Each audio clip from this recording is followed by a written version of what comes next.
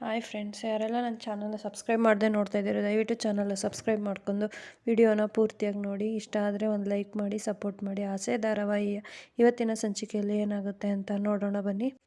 ರೋಹಿಣಿ ಗಾರ್ಡನಲ್ಲಿ ಕೂತಿರ್ತಾಳೆ. ಆ ಶಾಂತಿ ಅಲ್ಲಿಗೆ ಬಂದುಬಿಟ್ಟು ಅವಳನ್ನೇ ಗುರಾಯಿಸ್ಕೊಂಡು ನೋಡ್ತಾ ನಿಂತಿರ್ತಾಳೆ.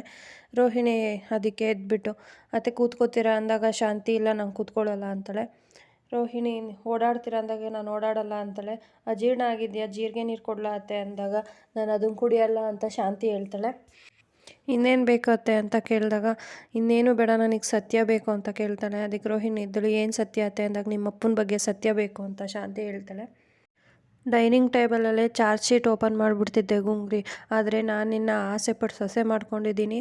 ಮೀನಿನ ಮುಂದೆ ನಿನ್ನ ಮರ್ಯಾದೆ ಹೋಗಬಾರ್ದು ಅಂದ್ಕೊಂಡು ಸುಮ್ಮನಾಗಿದ್ದೀನಿ ಅಂತ ಕೇಳ್ತಾಳೆ. ಈಗಲೂ ನಿನಗೆ ಒಂದು ಆಪ್ಷನ್ ಕೊಡ್ತೀನಿ, ಸತ್ಯ ಹೇಳಿ ನೆಮ್ಮದಿಯಾಗಿ ಮಲ್ಕೊತೀಯೋ ಅಥವಾ ಇಲ್ಲೇ ಈ ಗುಂಗ್ರು ಕೂದಲಲ್ಲಿ ನನ್ನ ಮನೆ ಒರೆಸ್ತೀಯೋ ಅಂತ. ರೋಹಿಣಿ, ನಾನು ಯಾಕತ್ತೆ ನಿಮಗೆ ಸುಳ್ಳು ಹೇಳಿ, ನನಗೂ ಸುಳ್ಳಿಗೂ ಆಗ್ಬರೋದಿಲ್ಲ ಅಂತ ಅಂತಾಳೆ. ಅದಕ್ಕೆ ಶಾಂತಿ ಇದ್ದಳು, ಹೌದು ನಾನು ಹಾಗೆ ಅಂದ್ಕೊಂಡಿದ್ದೆ, ಆದರೆ ಅದು ಸುಳ್ಳು. ನೀನು ಸುಳ್ಳು ಅವಳಿ ಜೋಳಿ ಇದ್ದಂಗೆ, ಅದನ್ನು ಬಿಟ್ಟು ನೀನು ಇರೋದಿಲ್ಲ ಅಂತ ಹೇಳ್ತಾಳೆ. ಏಯ್, ನನ್ನ ನೋಡಿದ್ರೆ ನಿನಗೆ ಗುಗ್ಗು ಥರ ಕಾಣಿಸ್ತಿದ್ದೀನ? ಅಲ್ಲ, ನಾನು ಸುಳ್ಳು ಹೇಳಿದ್ರೆ ನಮ್ಮ ಅತ್ತೆಗೆ ಗೊತ್ತಾಗುತ್ತೆ ಅಂತ ನಿನಗೆ ಗೊತ್ತಾಗ್ತಾನೆ ಇಲ್ವಾ? ಹಾಂ, ಇನ್ನೇನು ಬರ್ತಾ ಇದ್ದಾರೆ, ಲ್ಯಾಂಡ್ ಆಗಿದ್ದಾರೆ, ಏರ್ಪೋರ್ಟ್ ಟ್ಯಾಕ್ಸಿ ಹತ್ತಿದ್ದಾರೆ, ಇನ್ನೇನು ಮನೆಗೆ ಬಂದುಬಿಟ್ರು ಅಂತ ಸುಳ್ಳು ಹೇಳ್ತಿದ್ದೀಯೇನೆ? ಸುಳ್ಳು ಹೇಳ್ತೇನೆ, ಸೈಲೆಂಟ್ ಸುಳ್ಳು. ಎಷ್ಟೇ ಆದರೂ ಬಣ್ಣ ಬಳಿಯೋಳಲ್ವ, ಬಣ್ಣದ ಮಾತಾಡ ನನ್ನನ್ನು ಮರುಳು ಮಾಡ್ತೇನೆ, ಮರುಳು ಗುಮ್ಮಿ ಅಂತ ಅಂದಾಗ ರೋಹಿಣಿ ಇದ್ದಳು, ಅತ್ತೆ ನಾನು ಸತ್ಯವಾಗಿ ಹೇಳ್ತಾ ಇದ್ದೀನಿ, ನನ್ನ ತಂದೆ ನಂಬರ್ ನಾಟ್ ರೀಚೇಬಲ್ ಇದೆ.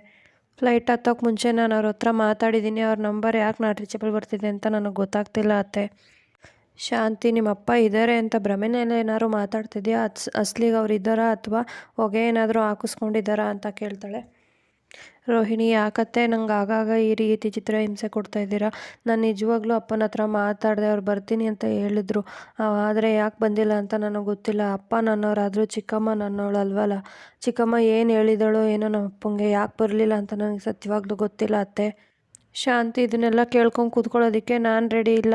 ಹೇಳ್ತಾ ಇದ್ದೀನಿ ಕೇಳು. ನೀನು ಕೇಳಿದ ತಕ್ಷಣ ದುಡ್ಡು ಕಳಿಸಿದ್ದಾರೆ ಅಂದರೆ ನಿಮ್ಮ ಅಪ್ಪಗೆ ನಿನ್ನ ಮೇಲೆ ಪ್ರೀತಿ ಇರುತ್ತೆ. ಅದನ್ನು ಯೂಸ್ ಮಾಡ್ಕೊಂಡು ನಿಮ್ಮ ಅಪ್ಪನ ಇಲ್ಲಿಗೆ ಕರೆಸಲೇಬೇಕು ಅಂತ ಅಂದಾಗ ರೋಹಿಣಿ, ಹೇಗತ್ತೆ, ನಾನು ಅವರನ್ನು ಕರ್ಕೊಂಬರೋದಕ್ಕೆ ಆಗಲ್ಲ. ಮದುವೆ ದಿನವೇ ಹೇಳಿದ್ದೆ ಅಲ್ವಾ ಅತ್ತೆ, ಅವ್ರು ಬರಲ್ಲ, ಅವ್ರು ಕಂಡ್ರೆ ನನಗಾಗಲ್ಲ ಅಂತ ಹೇಳಿದ್ದೆ ಅಲ್ವಾ. ಅವತ್ತು ಒಪ್ಕೊಂಡು ಈಗ ಈ ರೀತಿಯೆಲ್ಲ ಮಾತಾಡಿದ್ರೆ ಹೇಗತ್ತೆ ಅಂತ ಹೇಳ್ತಾಳೆ. ಶಾಂತಿ ರೋಹಿಣಿ ಮೇಲೆ ಕೋಪ ಮಾಡ್ಕೊಂಡು, ಗುಂಗ್ರಿ ಸರಿನೋ ತಪ್ಪೋ ಅಂತ ನನ್ನ ಏನಾದರೂ ಕೇಳಿದ್ರೆ ಹಾಕೊಂಡು ಮೊಟ್ಟಕ್ಕೆ ಬಿಡ್ತೀನಿ ಅಂತ ತಲೆ ಮೇಲೆ ಗುದ್ದೋದಕ್ಕೆ ಹೋಗ್ತಾಳೆ. 1000 ಸುಳ್ಳು ಹೇಳಿ ಒಂದು ಮದುವೆ ಮಾಡು ಅನ್ನೋದನ್ನು ಕೇಳಿಲ್ವೇನೆ ನೀನು? ನನಗೆ ನಿನ್ನಂಥ ಸೊಸೆ ಬೇಕು ಅನ್ನೋದು ಎಷ್ಟು ನಿಜಾನೋ, ನಿನಗೆ ನಮ್ಮಂಥ ಮನೆ ಬೇಕಾಗಿದ್ದಿದ್ದು ಅಷ್ಟೇ ನಿಜ. ಹುಡುಗಿ ಆಸೆ ಪಡ್ತಾ ಇದ್ದಾಳಲ್ಲ ಅಂತ ಪಾರ್ಲರ್ ಓಪನ್ ಮಾಡಿಕೊಟ್ಟು ನೀನು ಹೇಳಿದ್ದನ್ನೆಲ್ಲ ಕೇಳಿ ನಮ್ಮ ಮನೆಗೆ ಮದುವೆ ಮಾಡ್ಕೊಂಬಂದು ಇರಿ ಸೊಸೆ ಅಂತ ಹೇಳ್ಕೊತಾ ಇದ್ದೀನಿ. ಏಯ್, ನನ್ನ ನಂಬಿಕೆಗೆ ಏನಾದರೂ ಮೋಸ ಮಾಡಿದೆ ನೀನು, ಕೈಕಾಲು ಮುರಿದು ಮೂಲೆಯಲ್ಲಿ ಕೂರಿಸ್ಬಿಡ್ತೀನಿ ಗುಂಗ್ರಿ, ಹುಷಾರಂತ ಜೋರು ಮಾಡ್ತಾಳೆ ಶಾಂತಿ. ಈ ಕಡೆ ಮೀನಾ ಸೂರ್ಯಂಗೆ ಜೀರಿಗೆ ನೀರು ಅಂತ ಕೊಡೋಕೆ ಬರ್ತಾಳೆ. ಸೂರ್ಯ ಇದ್ದನು, ಏನು ಜಿರ್ಲೆ ನೀರಾ ಅಂತ ಕೇಳಿದಾಗ, ಅಲ್ಲ ಜೀರಿಗೆ ನೀರು ಅಂತ ಹೇಳ್ತಾಳೆ.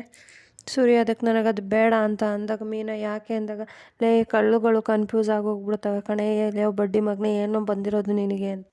ನಾವು ಇಷ್ಟು ದಿನ ಕಡಲೆ ಬೀಜ, ಬಟಾಣಿ, ಚಿಪ್ಸು ಏನೋ ತಿನ್ಕೊಂಡು ಹೆಂಗೋ ಅಡ್ಜಸ್ಟ್ ಮಾಡ್ಕೊಂಡಿರ್ತೀವಿ, ನೀವು ಬಂದುಬಿಟ್ಟು ಏನಕ್ಕೆ ನಮ್ಮನ್ನು ಬದಲಾಯಿಸೋದು? ಮೀನಾ, ನಮಗೋಸ್ಕರ ಅಂತ ಅಂದಾಗ ಸೂರ್ಯ, ನಮಗೋಸ್ಕರನಾ ಅಂದಾಗ, ಹೌದು, ನೀವು ಚೆನ್ನಾಗಿದ್ರೆ ಅಲ್ವಾ ನಾವು ಚೆನ್ನಾಗಿರೋದು ಅಂತ ಮೀನಾ ಹೇಳ್ತಾಳೆ. ಅದಕ್ಕೆ ಸೂರ್ಯ ಇದ್ದನು, ಇಶ್ಯೋ ನೀವು ಬಲೆ ಸೆಲ್ಫಿಶು ಅಂತ ಅಂತಾನೆ. ಸೂರ್ಯ ಜೀರಿಗೆ ನೀರು ಇಸ್ಕೊಂಡು ಕುಡಿತಾನೆ. ಮೀನಾ ಹಾಸಿಗೆ ಎಲ್ಲ ರೆಡಿ ಮಾಡಿಬಿಟ್ಟು ಸೂರ್ಯನ ಹಿಂದೆ ಬಂದು ತಪ್ಕೊತಾಳೆ. ಸೂರ್ಯ, ಏನು ಎಂಡ್ರಮ್ಮನವರು ಇಷ್ಟೊಂದು ಖುಷಿಯಾಗಿದ್ದೀರಾ, ಏನು ಸಮಾಚಾರ ಅಂತ ಕೇಳಿದಾಗ ಮೀನಾ ಇದ್ದಳು, ಅದು ಅತ್ತೆ ಊಟ ಮಾಡಿಲ್ಲ ಅಂತ ನೀವು ಆ ಥರ ಪ್ಲ್ಯಾನ್ ಮಾಡಿದ್ರಲ್ಲ, ಅದಕ್ಕೆ ತುಂಬ ಖುಷಿಯಾಯಿತು ಅಂತ ಅಂತಾಳೆ. ಮಾವ ಹಸ್ಕೊಂಡಿದ್ರೆ ನೀವು ತಡ್ಕೊಳ್ಳಲ್ಲ ಅಂತ ಗೊತ್ತಿತ್ತು, ಆದರೆ ಅಂತ ಮೀನಾ ಹೇಳಿದಾಗ ಸೂರ್ಯ, ಅಮ್ಮ ಅಲ್ವೇನಮ್ಮ, ಹೇಗೆ ತಡ್ಕೊಳ್ಳೋದು, ಅವ್ರು ಹಸ್ಕೊಂಡಿದ್ರೆ ನನಗೆ ತಡ್ಕೊಳಕ್ಕಾಗಲ್ಲ ಅಂತ ಅಂತಾನೆ. ಮೀನಾ, ಅದು ಆಗಲ್ಲ, ನನ್ನ ಮನೆಗೆ ಬಂದು ಇಷ್ಟು ದಿನ ಆಯಿತು, ನೀವು ಹುಷಾರಾಗಿದ್ದೀರಾ ಇಲ್ವಾ, ತಿಂದ್ರಾ, ಎಲ್ಲಿದ್ದೀರಾ, ಹೇಗಿದ್ದೀರಾ ಅಂತ ಒಂದಿನನೂ ಕೇಳಿಲ್ವಲ್ಲ, ಆದರೆ ನೀವು ಅವ್ರ ಮೇಲೆ ಇಷ್ಟು ಪ್ರೀತಿ ಅಂತ ಮೀನಾ ಅಂದಾಗ ಸೂರ್ಯ, ಗೊಬ್ಬರ ತಿಂದ ಮರ ಗೊಬ್ಬರನೇ ಕೊಡುತ್ತಾ, ಹಣ್ಣೇ ಕೊಡೋದು. ಏನು ಗೊತ್ತಾ ಮೀನಮ್ಮ, 4 ಜನ್ಮದ ಹಿಂದೆ ಖತರ್ನಾಕಾಗಿ ಹುಟ್ಟಿ ಎರ್ರಾಬಿರ್ರಿ ಕಾಟ ಕೊಟ್ಟಿದ್ದೀನಿ ಅನಿಸುತ್ತೆ ನನ್ನ ತಾಯಿಗೆ. ಅದಕ್ಕೆ ಈ ಜನ್ಮದಲ್ಲಿ ತಾಯಿ ಪ್ರೀತಿನೇ ಸಿಕ್ಕಲಿಲ್ಲ ನನಗೆ. ಅದೇನೋ ಹೇಳ್ತಾರಲ್ಲ, ಭೂಮಿ ತಾಯಿಯ ನೋಡೋ ಆಸೆಯ ಹೊತ್ತು ದಿನವೂ ಆ ಸೂರ್ಯ ಬರುತ್ತಾನೆ. ಹಾಗೆ ಆ ತಾಯಿ ಪ್ರೀತಿನ ಬಯಸಿ ಈ ಸೂರ್ಯ ಪ್ರತಿದಿನ ಒದ್ದಾಡ್ತಾ ಇದ್ದಾನೆ. ತಾಯಿನೂ ಸಿಗಲಿಲ್ಲ, ತಾಯಿ ಪ್ರೀತಿನೂ ಸಿಗಲಿಲ್ಲ. ಶ್ರೀಮಂತಿಗೆ ಹಣ, ಐಶ್ವರ್ಯ, ಅಂತಸ್ತು ಏನೂ ಇಲ್ಲದೆ ಬದುಕ್ಬಿಡ್ಬೋದು ಮೀನಮ್ಮ. ಮಮತೆ, ಪ್ರೀತಿ, ವಾತ್ಸಲ್ಯ ಇದನ್ನೆಲ್ಲ ಕೊಡೋ ತಾಯಿ ಪ್ರೀತಿ ಇಲ್ಲದೆ ಬದುಕೋಕ್ಕಾಗಲ್ಲ ಮೀನಾ. ಲೇ ಅವನ ಅಜ್ಜಿ ನನ್ನ ಮಗಂದು ಅಪಾಲಜಿ ಏನಾದರೂ ಬೇಕು ಅಂದರೆ ಇಂಥ ಕೆಲಸ ಮಾಡು ಅಂತ ಹೇಳಿದ್ರೆ ಮಾಡಿಬಿಡ್ತೀನಿ. ಕಡೆ ಪಕ್ಷ ನಿನಗೆ ಈ ಜನ್ಮದಲ್ಲಿ ಇಷ್ಟೇ ಪ್ರಾಪ್ತಿ, ನಿನಗೆ ಮುಂದಿನ ಜನ್ಮದಲ್ಲಿ ಪ್ರೀತಿ ಸಿಗೋದು ಅಂತ ಏನಾದರೂ ಹೇಳ್ಬಿಟ್ರೆ ಆ ಕ್ಷಣವೇ ನಾನು ಸತ್ತೋಗ್ಬಿಡ್ತೀನಿ ಮೀನಾ ಅಂತ ಮೀನನ ಜೊತೆ ಜೋರಾಗಿ ಹೇಳ್ಕೊಂಡು ಅಳ್ತಾ ಇರ್ತಾನೆ. ಒಂದು 10-20 ಜನ್ಮಕ್ಕೆ ಆಗೋವಷ್ಟು ನೋವನ್ನು ಸಂಪಾದನೆ ಮಾಡ್ಕೊಂಬಿಟ್ಟಿದ್ದೀನಿ. ಒಂದೇ ಒಂದು ಕ್ಷಣ ನನ್ನ ಎತ್ತು ತಾಯಿ ತೊಡೆ ಮೇಲೆ ಮಲ್ಕೊಂಡು ನಾನು ಸಮಾಧಾನಾಗಿ ಹತ್ಬಿಟ್ರೆ ನನಗೆ ಅಷ್ಟೇ ಸಾಕು ಕಣೆ, ಈ ಜನ್ಮ ಸಾರ್ಥಕ ಆಯಿತು ಅಂದ್ಕೊಂಡ್ಬಿಡ್ತೀನಿ. ಮನೆ ದೇವ್ರ ಕೋಪನೋ ಇಲ್ಲ ಯಾರ ಶಾಪನೋ ನನ್ನ ಕೈಲಿ ಅದೇ ಆಗ್ತಾಯಿಲ್ಲ ಕಣೆ. ವಿಲ ಅಂತ ಒದ್ದಾಡ್ತಾ ಇದ್ದೀನಿ ತಾಯಿ ಪ್ರೀತಿಗೋಸ್ಕರ. ಹಂಗಿದ್ದು ಅವ್ರ ಮೇಲೆ ರೇಗಿಸೋದು ಏನಕ್ಕೆ ಅಂತ ಮೀನಾ ಕೇಳಿದಾಗ, ಲೇ ನಾನು ಇರೋದೇ ಹಿಂಗೆ ಕಣೆ, ಮಾರಿ ಅನ್ನೋ ದೇವ್ರನ್ನ ಅಟಬಾರಿ ಅನ್ನೋ ಪೂಜಾರಿನೇ ಕಣೆ ಹೊಲಿಸ್ಕೊಳಕ್ಕಾಗೋದು. ಸಾಧು ಥರ ಇದ್ದರೆ ಸಾಧು ಕೋಕಿಲಗಿಂತ ಕಾಮಿಡಿ ಆಗೋಗಿರುತ್ತೆ ಕಣೆ ನನ್ನ ಜೀವನ. ನೋಡು, ನಾನಾಗೆ ಹೋಗಿ ಕಾಲಿಡ್ಕೊಂಡು ಬೇಡ್ಕೊಂಡಿದ್ರು ಊಟ ಮಾಡ್ತಿರ್ಲಿಲ್ಲ ನಮ್ಮಮ್ಮ. ಅದಕ್ಕೆ ಈ ಥರ ನಾಟಕ ಮಾಡಿದೆ. ಊಟ ಮಾಡಿದ್ದು ಅವ್ರಿಗೆ ಖುಷಿ ಇದೆಯೋ ಇಲ್ವೋ ಗೊತ್ತಿಲ್ಲ, ಆದರೆ ನನಗಂತೂ ತುಂಬ ಖುಷಿ ಆಯಿತು ಹೊಟ್ಟೆ ತುಂಬ ಊಟ ಮಾಡಿದ್ರು ಅಂತ. ಈ ನೋವಲು ಸಮಾಧಾನಕರ ಬಹುಮಾನ ಏನು ಗೊತ್ತಾ? ಇಷ್ಟೆಲ್ಲ ನೋವಿದ್ರು ಆ ದೇವರನ್ನ ನಾನು ಕ್ಷಮಿಸ್ತೀನಿ ಕಣೆ. ಯಾಕೆ ಅಂದರೆ ತಾಯಿ ಪ್ರೀತಿ ಸಿಗಲಿಲ್ಲ ಅಂದರೂ ನಿನಗೆ ತಾಯಿ ಥರ ಪ್ರೀತಿಸೋ ಹೆಂಡ್ತಿ ಸಿಕ್ಕಿದ್ದಾಳೆ ನನಗೆ ಅಂತ ಮೀನನ್ನು ತಪ್ಪಿಕೊಂಡು ತುಂಬ ಅಳ್ತಾನೆ. ಈ ಕಡೆ ರೋಹಿಣಿ ಮತ್ತು ಪೂಜಾ ಮತ್ತೊಂದು ಪ್ಲ್ಯಾನ್ ಮಾಡೋದಕ್ಕೆ ಯೋಚನೆ ಮಾಡ್ತಾ ಇರ್ತಾರೆ. ಹೇಗಾದರೂ ಮಾಡಿ ಈ ಪ್ರಾಬ್ಲಮಿಂದ ಸಾಲ್ವ್ ಆಗಬೇಕು ಕಣೆ ಅಂತ ರೋಹಿಣಿ ಹೇಳಿದಾಗ, ಪೂಜಾ ಏನೇ ಮಾಡೋಕ್ಕಾಗುತ್ತೆ, ಇದು ಈ ಆಟದಲ್ಲಿ ನಾನಿಲ್ಲಪ್ಪ, ನಿಮ್ಮ ಅತ್ತೆ ನಿನಗೆ ಹಾಗೆಲ್ಲ ಬೈತಾ ಇರ್ತಾರೆ, ಇನ್ನು ನಾನು ಬಂದುಬಿಟ್ರೆ ನನಗೂ ಏನೆಲ್ಲ ಬೈಬೋದು ಇವರು ಅಂತ ಹೇಳಿದಾಗ, ನಾನು ಒಂಟಿಯಾಗಿರ್ಬೇಕೇನೆ ಅಂತ ಅಂದಾಗ, ಅದಕ್ಕೆ ನಿಮ್ಮ ಅಪ್ಪನ ಎಲ್ಲಿಂದನೇ ತರೋಕ್ಕಾಗುತ್ತೆ ಅಂತ ಹೇಳಿದಾಗ, ಆ ಮೇಕೆ ಮಂಜಣ್ಣನ್ನೇ ಕರೆಸಿ ನಾನು ಹೇಳಿದ್ದನ್ನು ನಾನು ಬರ್ಕೊಟ್ಟಿದ್ದನ್ನು ಮಾತ್ರ ಹೇಳಿ ಎಕ್ಸ್ಟ್ರಾ ಏನೂ ಹೇಳ್ದೇ ಇದ್ದರೆ ಸಾಕು ಅಂತ ಹೇಳಿದಾಗ, ಪೂಜೆ ಇದ್ದಳು, ಆಯಿತು ನಿಮ್ಮ ಮನೆ ಹತ್ರ ನೀನು ಹೇಳ್ದಂಗೆ ಮೇಕೆ ಮಂಜಣ್ಣನ ಕಳಿಸ್ತೀನಿ ಅಂತ ಹೇಳ್ಬಿಟ್ಟು ಪ್ಲ್ಯಾನ್ ಮಾಡ್ತಾರೆ.